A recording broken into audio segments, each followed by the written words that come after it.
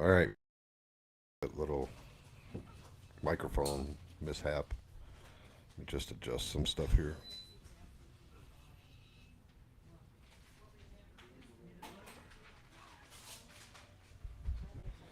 Okay, I think that.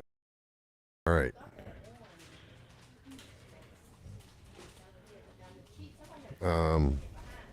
Oh, I gotta adjust. Huh? Yeah, we're live. We're gonna adjust something else. So hold on.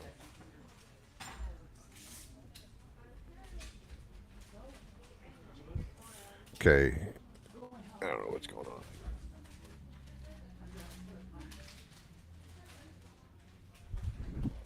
Okay. Oh.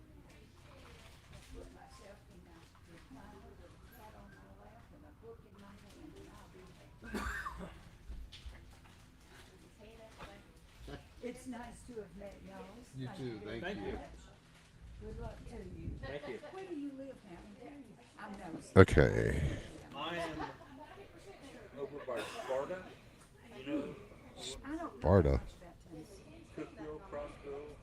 but I know places like there. I'm halfway between Knoxville and Nashville, right in between.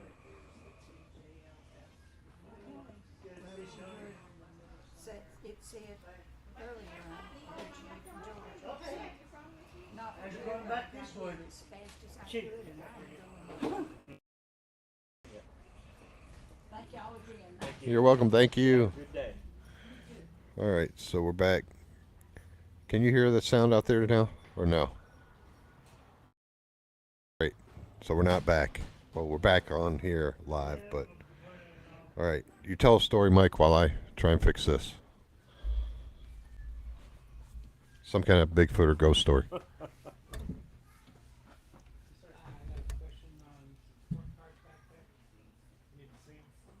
A ghost story.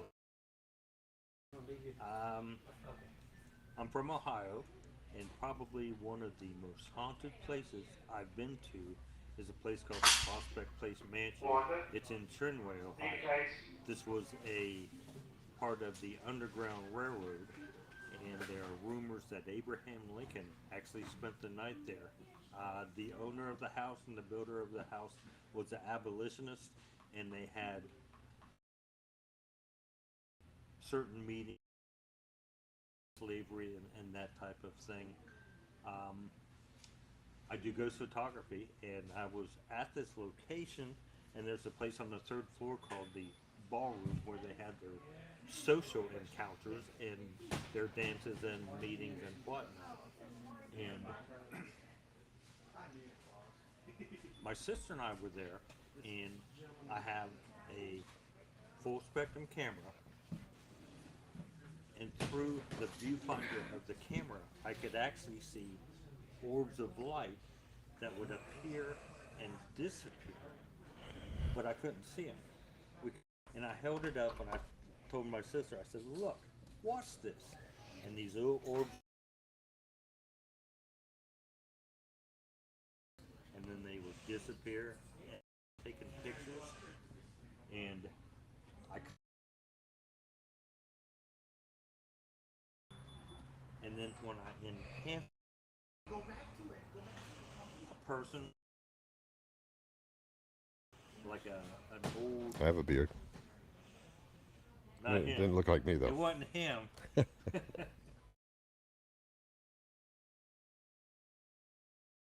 Guy, but caretaker or something along those lines, a boss or something who's in charge or something, maybe Yeah. about escaped slaves or something along those lines. Really? It was really interesting. Oh, that's weird. Orb you saw?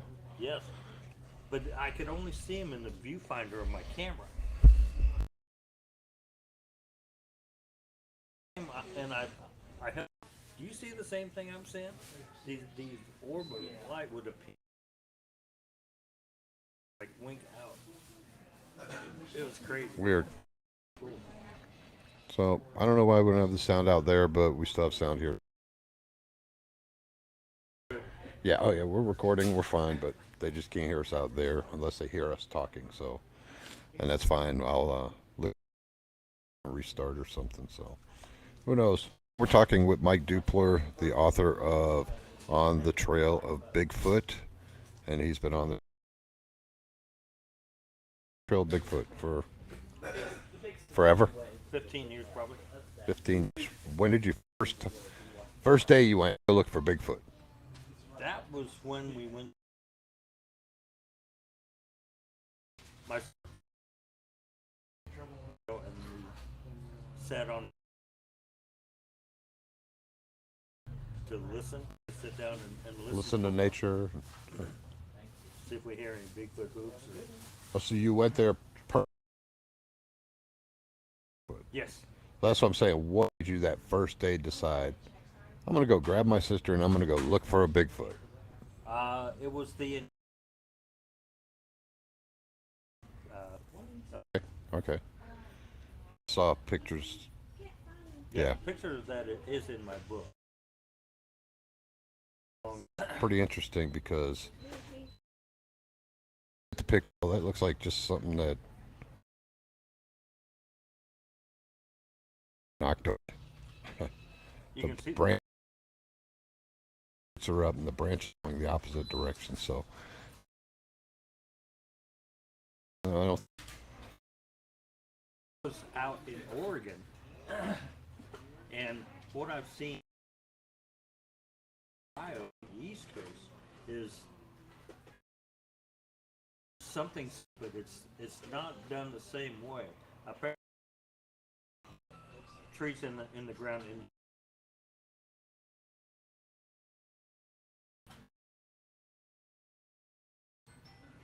where they took a tree and so and could probably be it would be very distinguishable for anyone to see if you're even in the area. Right. So I believe that is something along the same lines, but an adaptation what they've adapted to that in this terrain. Maybe because of the clay soil, it's hard to stick a tree in, or it just could be they're accustomed to do it that way. Right. Right. So that's the bad part is because we have all these theories, but we don't really have. We don't have answers. Yeah, we don't have answers, definitive answers from a Bigfoot going, well, yeah, this is why we do this. This is the reason we do this. You know, do you think we'll ever have those answers? Do you think we'll ever be able to communicate with a Bigfoot and actually get those answers? That would be a difficulty. For one thing, is they would have to submit to it, and Right. I don't think they would ever submit to that. It's going to be an ongoing quest to find this information. I think we might be able to figure out one of these days what they mean by repetition and association, but that's going to take a long time, and it's going to take intensive study, and it's going to be the weekend warriors doing it. The Right. guys out there on the weekends beating the bush, looking for this evidence, looking for the tree structures, looking for the footprints and whatever, to try to figure out exactly what's going on, and they're going to have to coordinate to a point to where, yes, I ran into this, and no, I didn't run into that. Right. And try to make correlations of what's going on. Yeah, One thing- it'd be interesting to see. I mean, people have been doing this for forever. Well, they've been Bigfooting probably since Finding Bigfoot Right. hit the TV screen. I think bringing Bigfoot into our living rooms like that put a lot of people out in the field, because before that, I don't think a lot of people even thought about Bigfoot. Well, I think they did. I think people thought about it, but nobody was like, hey, I think I'll go to the woods and find a Bigfoot, because I think most people were probably, no, it's kind of scary. I'm not going to do that. But now that it's been brought into your everyday life and TV life, I think you have a lot of people that are, oh, I can go do that. You know? Oh, exactly. And is that good or is that bad? It That could we be have both. so many people now trying to go find a Bigfoot. Well, you have a lot of people out there trying to find Bigfoot. During my investigations, I really haven't run into anybody in the woods doing that. I think I mentioned that like organizations like the BFRO would have like nighttime investigations where they take groups out in the woods and that type of thing. Right. But the bad part is there seems to be a lot of misinformation out there. And if you're on social media and a lot of the Bigfoot groups cater to this misinformation, they think it's valid. It might be valid, but it's not proven. Right.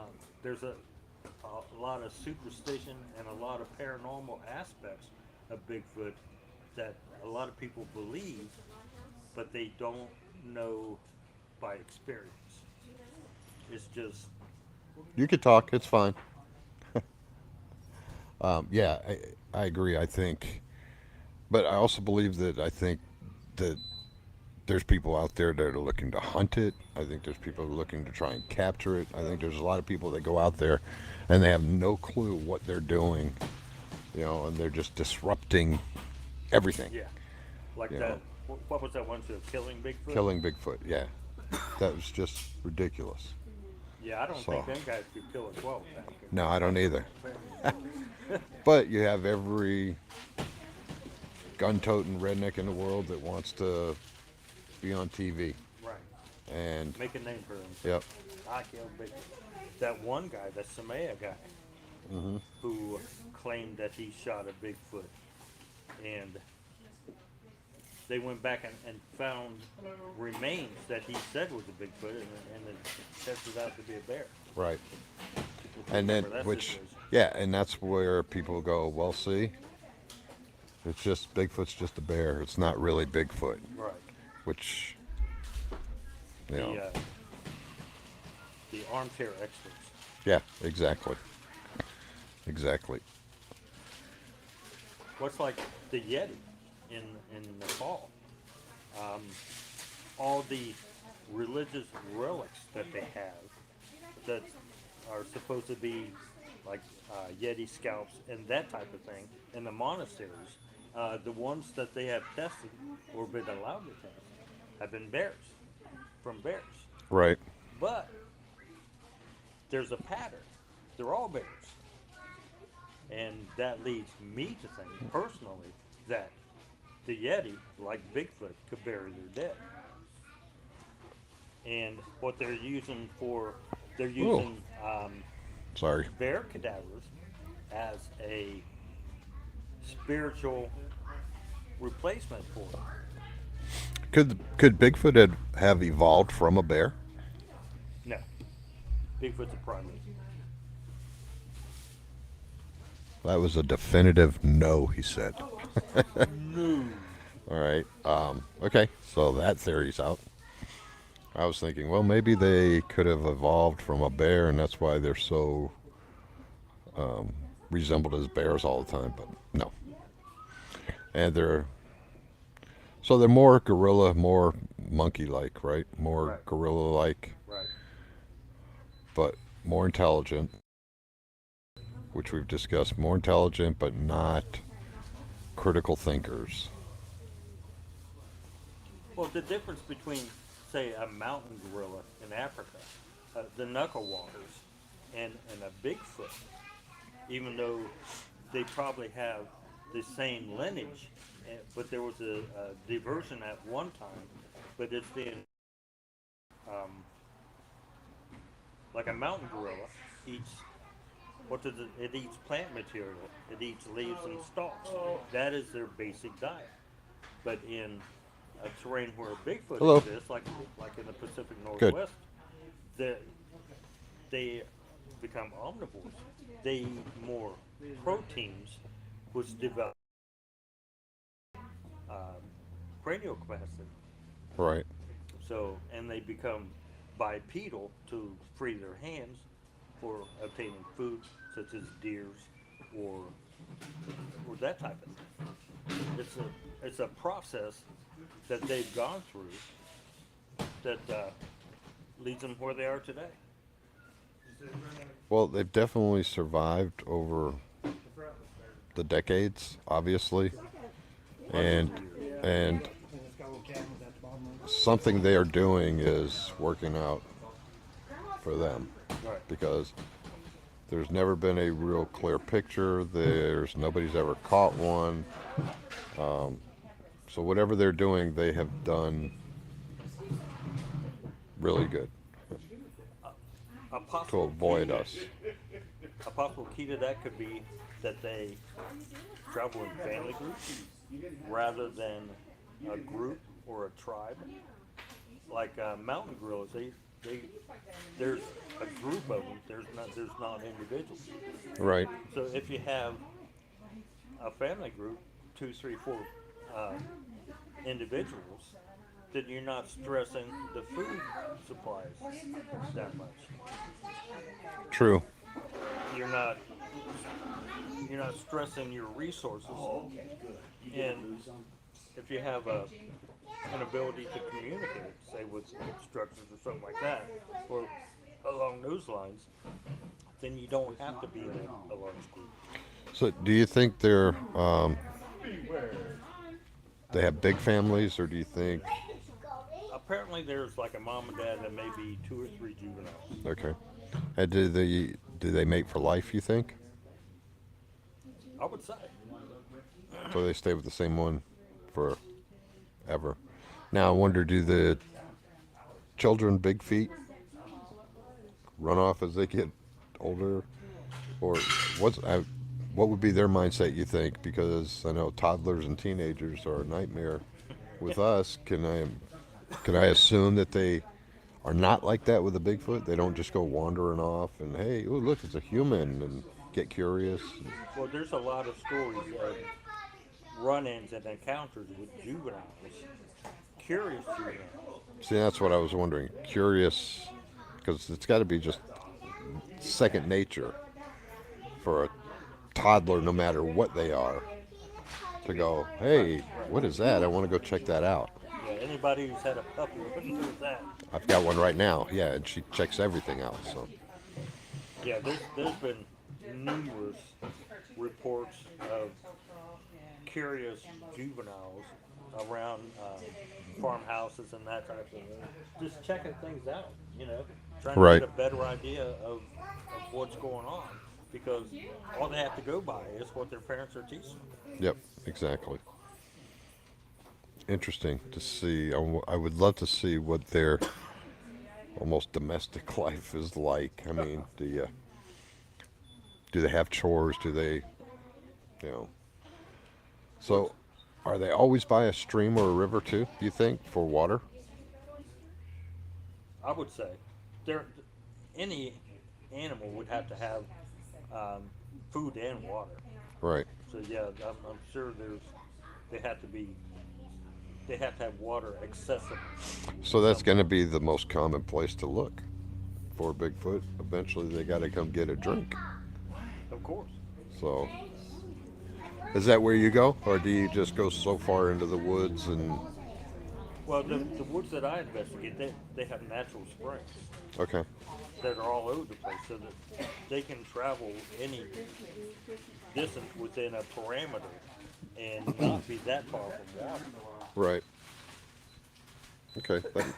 But those who want to go out in woods and look for Bigfoot or Bigfoot evidence or whatever, lakes and streams would be a good place to start.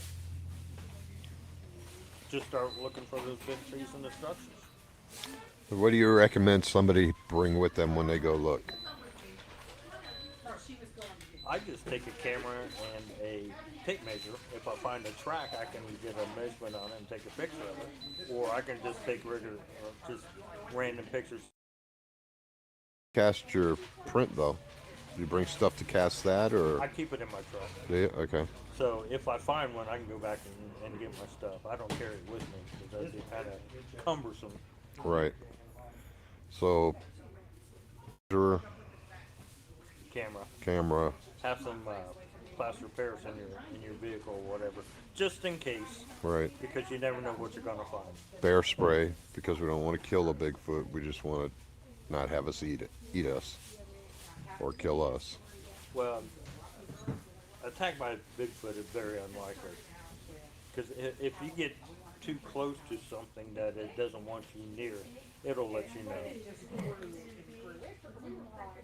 Right. It'll growl at you, or it'll throw a rock at you, or something along those lines. But there have been reports of false charges, like a gorilla will do, charge at you and then back off. That's been reported, but it's not very common and it's not very likely. It's just if you're persistent in pursuing some place where they don't want you to be, then that can be an outcome. So, do you think they learned some of those traits from gorillas and just passed it down, or is that just It could be instinct? an inherited trait. Like people have traits that they never learned from ancestors or whatever, Right. you know. So it could just be the nature of the beast. Could be. Yep. All right. What else on Bigfoot do we need to tell everybody, or do we need to move on to some other stuff? One thing, if you're going out looking for Bigfoot, be quiet and be respectful, and you won't have any problems if you do encounter a Bigfoot. If they growl at you or let you know, that just back off. Just use your be respectful of the woods. Is what I would recommend, and you won't have any problems at all. There you go. See, he's lived forever doing this for the past 15 years, and he hasn't got eaten or attacked yet. So that's good. Exactly. So, when they growl, what do they? Is it sound like a close-up growl when you've heard them growl? Yes. To where you're like, oh, yep, It's like- I better move. Yeah. Exactly. And what kind of growl is it? Is it like a dog growl or a cat or a mountain lion or goat? I describe it as a mix between Godzilla and a freight train, So that's pretty loud. and it reverberates. You can actually feel it reverberate. So there might be some ultrasound in there somewhere. But Could- it's the one I've been growled at twice, and both times it was a warning and not a threat. Could you be mistaken that as an invitation? I mean, if we don't know their language, but we're assuming a growl is something bad, but Well- it could be, hey, I'm trying to alert you that I'm over here. Come here. I don't think there's an animal out there who growls as an invitation. True, true. So I would say no, personally. Okay. And then other forms of communication, tree knocking, stuff like that, Tree right? knocking, the structures. They even have what's called samurai chatter, Which is, which is like a spoken language, a real fast, jittery chatter type language that's been reported. curious if we could crack that code. I think they've tried. I think some people think they've been successful, but I don't think there's any ways to really test it. To go out and maybe call blast it and see if there's a response that they would know it was us and not them. Right. It's like a minor bird or something singing the national anthem. You know it's not somebody doing it. Right, right.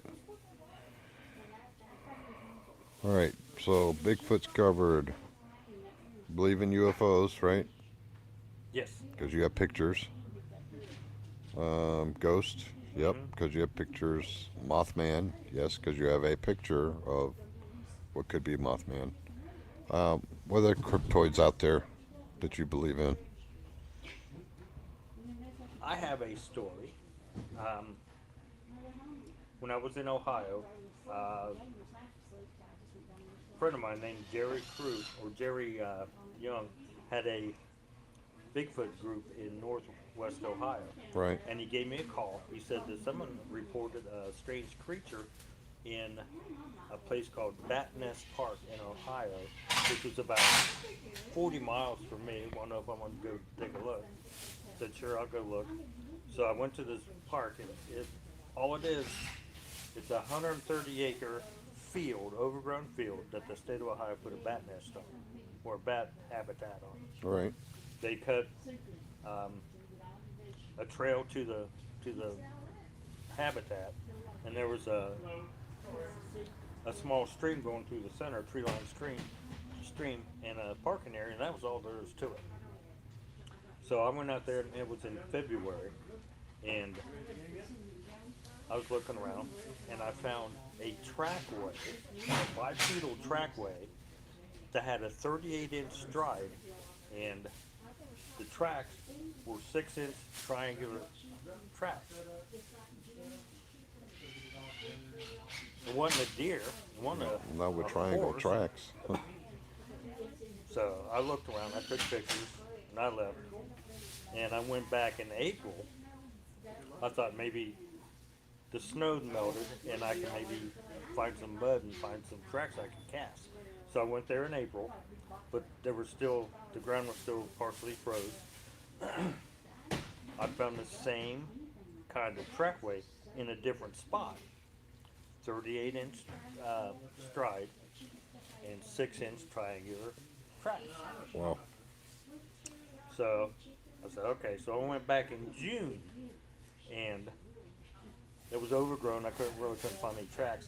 I found what looked like a kill zone or a drag where something took a deer or something and drug it off, and there was actually blood drops in the drag. So I took pictures of that, and I looked around, and I found a track by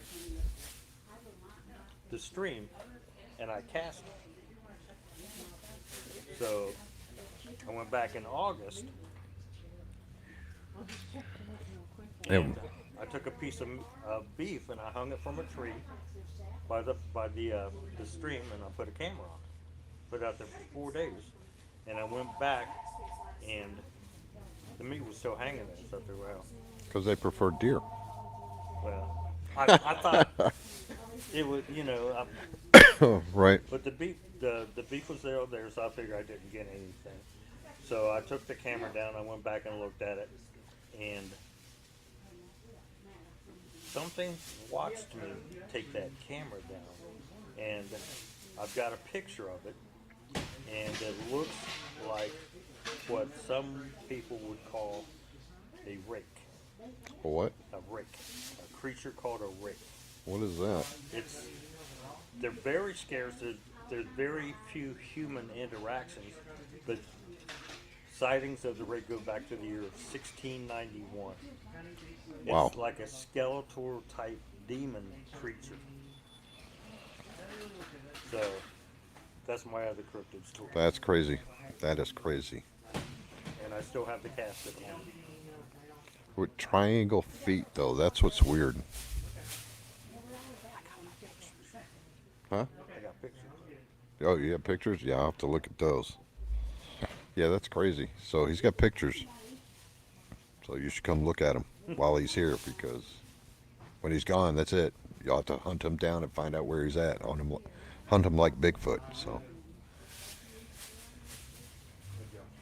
I was ghost hunting at a guy's house that I worked with. This is back years ago when I was first getting into it. And he lived in a double wide. And he said that he would hear strange things in the bathroom adjacent to the master bedroom, which there's no windows in this bathroom. So I went there and I I took pictures with. I had a night vision camera at that time, and I caught what looked like a sunburst in this bathroom. And I thought, well, this is just a camera flare or a reflection or something on Right. those lines. And I looked at it again, and there's this strange arm coming out of this sunburst that looked like something resembling a munchkin from the Wizard of Oz. Oh, great. So I got pictures of that too. Check so around and see if a house had fallen anywhere. I looked, I didn't see that. Or flying cows or Yeah. anything, you know, the Wicked Witch of the West. But that was probably the strangest picture I've ever taken. And I've got them here too. I'm just waiting on these people to get here. I know. Need to come down to 2808 West Market Street in Johnson City, Tennessee. Bargain Hunters Flea Market. Come on down here. We're here waiting. That's right. We're not going to be here too much longer, so you better come down before we're gone. If you had a chance, you could only meet one. Foot alien, Mothman, Black Ness Monster. They get definitive proof of any of those creatures. About which would you want to meet? I would say Bigfoot. I would want to solve the mystery. I've been out in the Bigfoot woods. I've heard them. I've seen them. I've found their tracks. I've found their structures. I've invested a lot into this, and I would like to get a return. What would you do? Like I said, Communicate with them? What would be one of the I was gonna say, what would be the I would top wanna three know questions? I would want to know their history. Where are you from? Which could solve two problems, because if they're not from this planet, then that would solve your alien problem too. Yeah. Which some people believe that's the fact that they were dropped off on this planet either as a punishment or maybe their species couldn't survive anymore where they were at, and so they had to find another place to come and survive. And this could explain why they're so good at hiding from us. Or aliens brought them here and they scratched on the door because they had to pee and they left them. You know. Could have been they could have been a pet. Could have been some alien science project. Said, hey, let's take a few of these sea monkeys and put them over here and see what happens. So, I mean, we just don't know. But yeah, that'd be good. I would definitely want to meet an alien and ask them all kinds of questions. What took so long? Right. You know, is Earth your science project? You know, who knows? It's some alien kid science project, and he's getting getting graded on it or something. You got to see. We're the ant farm. Yeah, exactly. And every time there's an earthquake, somebody shook it up. So.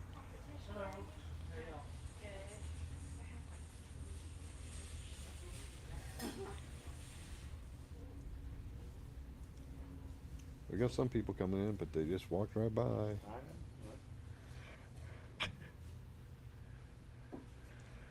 All right, so we're going to take another little break here while we're waiting on some more people to come in, and we'll be back.